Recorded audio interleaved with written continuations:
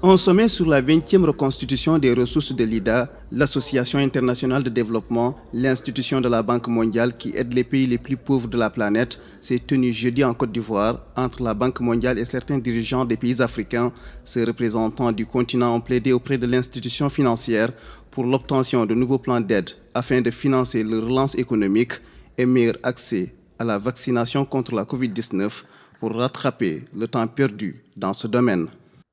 Je voudrais me féliciter des conclusions de notre réunion qui viennent d'être présentées à travers la déclaration d'Abidjan et qui visent à mobiliser, dans le cadre de la 20e reconstitution des ressources de l'IDA, au moins 100 milliards de dollars US pour une relance inclusive, verte et soutenable de nos économies pour le bien-être de nos populations. Nous ne nous lasserons jamais d'appeler à une restructuration urgente de la dette, accompagnée d'une politique audacieuse allant au-delà de ce qui est prévu